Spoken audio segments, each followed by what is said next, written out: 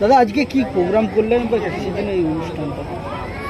আমাদের তমলুক লোকসভার জনপ্রিয় সাংসদ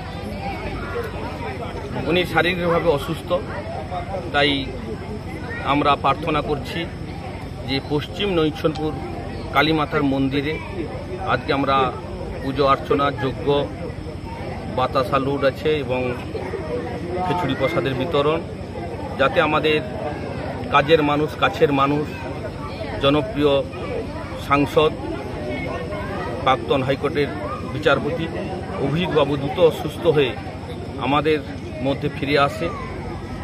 সেই জন্য আমরা আজকে এই মন্দিরে যজ্ঞের ব্যবস্থা করেছি এবং পশ্চিম নৈছনপুর গ্রাম পঞ্চায়েতের অন্তর্গত এই নৈছনপুর গ্রামের মানুষ আমাদেরকে সহযোগিতা করছে এবং আমাদের ময়নার বিভিন্ন প্রান্ত থেকে বহু মানুষ এসেছে যাতে আমাদের সাংসদের আরোগ্য কামনা করে আমরা দেবী মায়ের কাছে প্রার্থনা জানাচ্ছি।